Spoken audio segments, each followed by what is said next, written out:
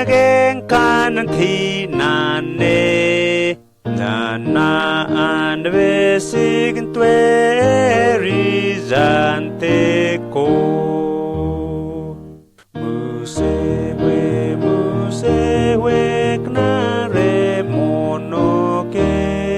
mnevava musempigo nare otwe fenozani ne kwenante vunaku drani ne ankero nen funagna ene zanum zankna hunem sage anum za musehi mesin tezga mehun zahe agi hesga ran geru pinti tiranting kna muse